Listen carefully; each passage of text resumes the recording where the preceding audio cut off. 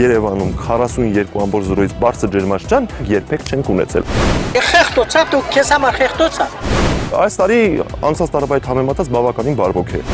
Որ էսի ծերի D վիտամին է զագարը։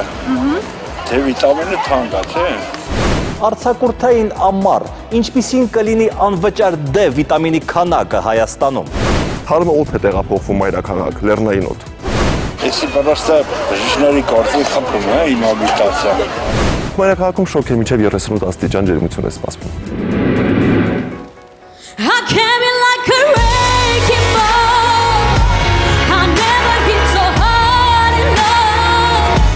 Չեք պատկերացնում, թե ետնաբեմում ինչ էր կատարվում։